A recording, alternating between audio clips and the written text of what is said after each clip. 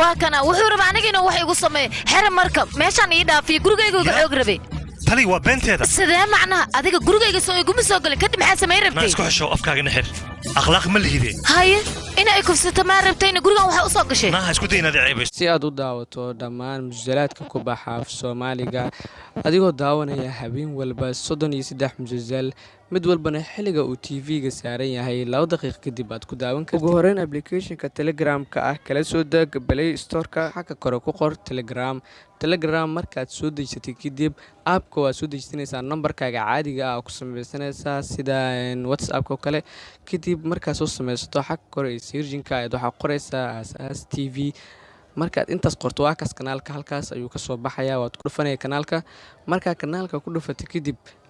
waxa markaas ka sii dooranaya qaybta hoose ee jointa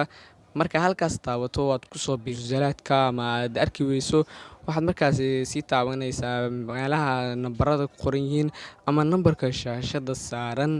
oo Telegram oo number ahaan waa seefanaysaa sida WhatsApp-ka camal marka qof ku dirsanayso kale